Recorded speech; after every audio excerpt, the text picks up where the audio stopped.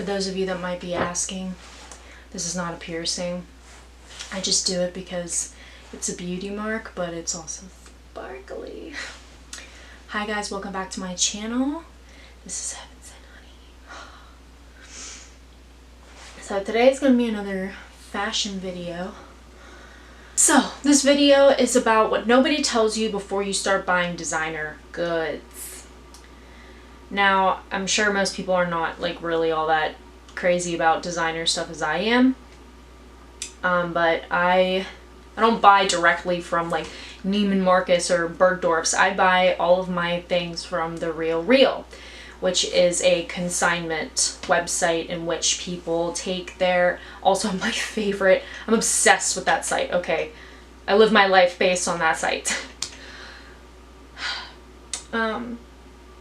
So basically, people sell their designer goods for like a really like low markdown. I mean, it's crazy. To give you an example, the Mugler jacket that I wore last time. That jacket, my guess was, at the time of its release, was probably over $1,000 just for the bolero itself. I got it for $145, and it was in perfect condition. It had never been worn. There was no pit stains, nothing. It was just completely, totally pressed, like it was bought and never worn. So that's the kind of stuff you can get on there. And I have plenty of other stuff that I can tell you the prices of, and you know, the conditions of the items, and I can do a whole video on it, and I'd be really excited to do so. But yeah, so I made the switch to designer, like ethical fashion, I'd say about a year ago.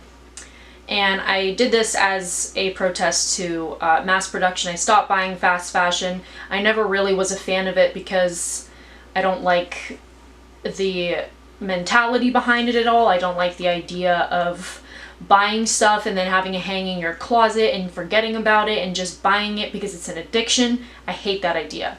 I do like the idea of what I'm doing right now, although it can be hard at times. You get used to it, just like any lifestyle switch. I love the idea of buying things for quality over quantity. And you start treating your clothes better, and you start dressing better, and you start having a real appreciation for the craftsmanship that is involved, and the thought process and artistry that is behind those kinds of clothes. So I knew like a little bit about, you know, here and there. I've been obsessed with fashion from a very young age. I used to have like all the different designers like names posted on my wall. But I never, and I was always told like, you know, they're very delicate, like, you know, they're beautifully made, you know, be careful. But I never really thought about that until you start wearing it, you start buying it.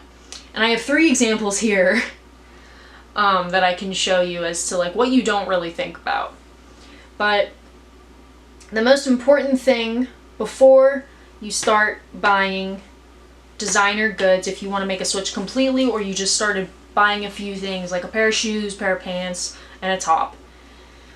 Before you do these things, know in your area a good cobbler.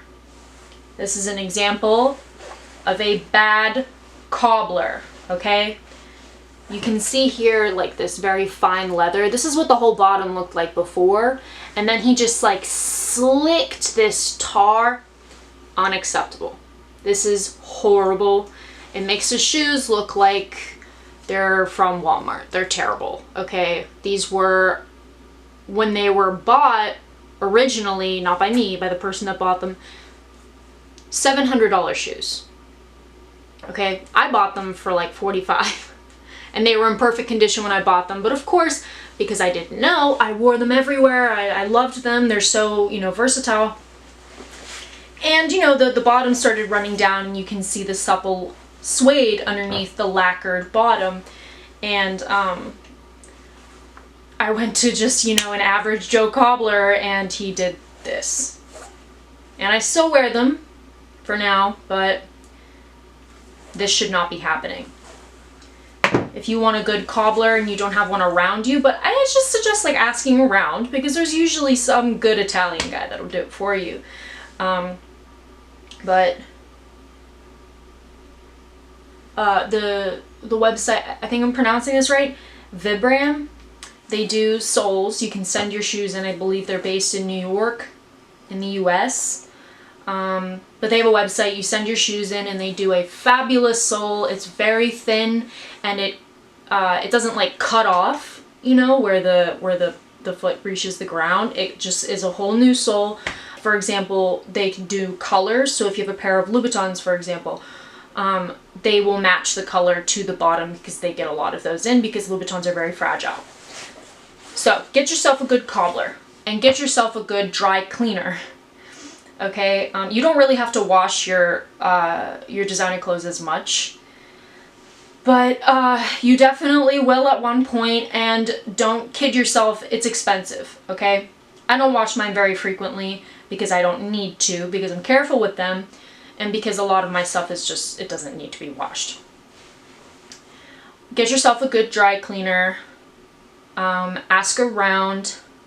I work in a place where the women that I work with, they are able to provide me with that information with good cobblers and good dry cleaners, so that's where I got mine from, but it's expensive usually, so just don't do it very frequently, and then just, if you have to, you know, do one at a time maybe, but make sure that it's good so that they are treating the clothes properly, they're using the proper chemicals. Yeah, that's important. So another thing that you need to understand is, if you don't know, of course, everything you're gonna buy designer, if it's not like a steel tip, like leather, like Balenciaga boot, it's delicate, it's fragile. They're using textiles. So the thing is with designers is that they use textiles that are in their original natural forms, like silk, linen, cotton, leather, you know. So these are very expensive materials because they're in their natural state, they're not synthetic. So because of this, you have to treat them that way, and you have to treat them delicately. And I have 2 examples of that. So I am not a model, and I have thighs. So whenever I bought this pair of lovely Moschino pants, it came with a top, which I still wear. I was so thrilled. I got the whole set for like $140 or something. It was crazy. I was like jumping for joy. And so I wore this a lot because the pants you can wear with a lot of different things, and the top you can too, but you can also wear it together as a really nice set. This is silk, 2 layers of like threadbare silk, which most silks that you'll get are not often like this, but you will see this more than like 30% of the time, just because of how, you know, ethereal the fabric is. It's very beautiful fabric. It's thin. Okay, like, can you see my hand through here? Very, very thin. And I wore them too much, and my thighs rubbed together, and this happened. That's from my thighs! Isn't that crazy? Yeah, so be aware of things like that.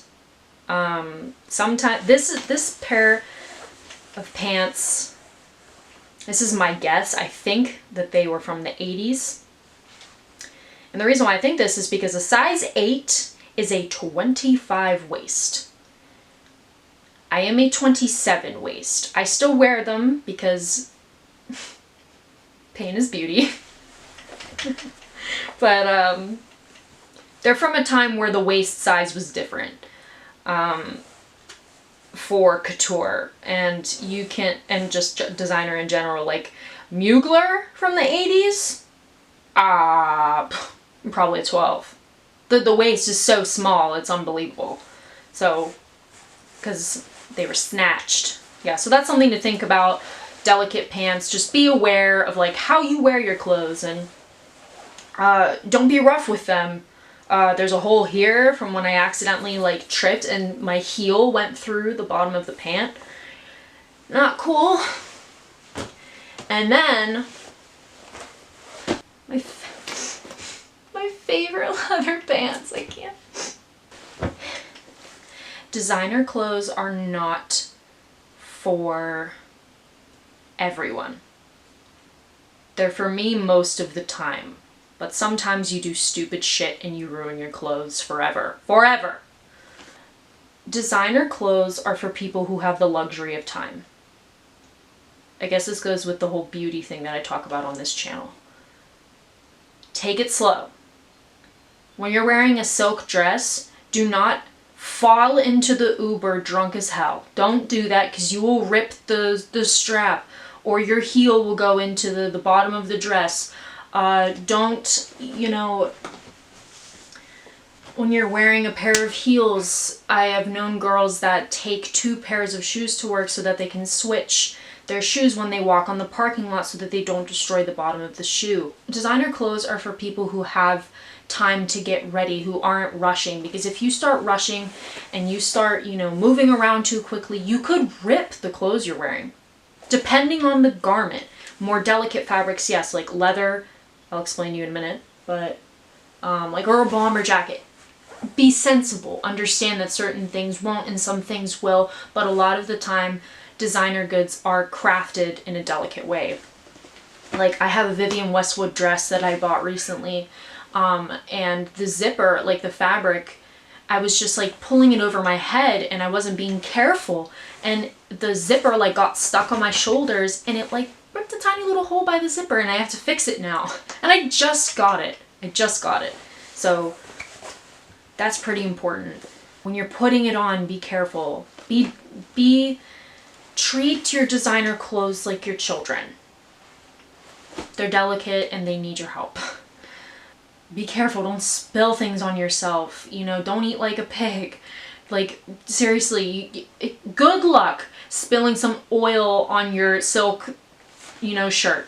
You go to the dry cleaner, they'll probably laugh in your face. Because you can't even wash it with water because water stains silk. It's so annoying, you kind of have to change your lifestyle and how you like move around the world when you start wearing these kinds of clothes. So the story is, I was wearing my lovely, beautiful pants and I got too drunk and I face planted, but with my whole body. And I destroyed these pants. I fell in these pants. I don't know if you can see it. I scuffed them up so bad, to the point here on the knee where like it's so thin there could be a hole pretty soon. I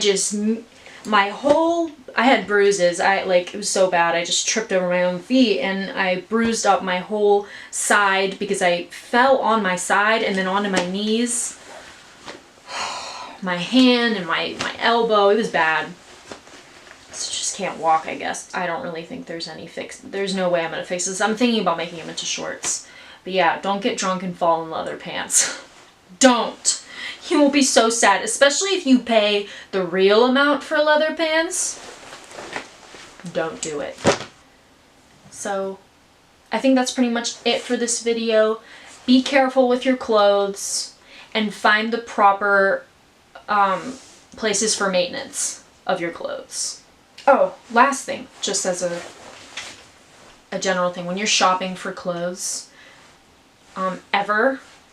especially if you haven't seen them, maybe if they're not like on the runways like in the past like 10 years or so, make sure that there are measurements. Usually most places will be accommodating and give you measurements, like the people who are selling the clothes or the website itself, like the Real gives measurements most of the time. As well as like Tradesy and like some people on Depop too will sell clothes. Make sure you know the measurements and know if they're flat or if they're done on a mannequin or if they're done on the body. And then it's important to know what the size of the person, if someone is modeling it, know that. Because you will get like what I did. I got these Moschino pants and it was really tight in the waist because I didn't know that there's a margin of difference between flat measurements, which they just measure it across and then double it, the numbers. So it'll be like, let's say 13 across, they double it, that's 26-inch waist, right? And I didn't know that that'll be different, a 26-inch waist will like be different if I were to do it on my own body. So take that into consideration. Measure yourself on the body and measure your tightest garment that you have and measure it flat so that you have a reference. Yeah, that's all I want to say in this video. That's the last thing. All right, have a great rest of your day or evening, and I'll see you next time.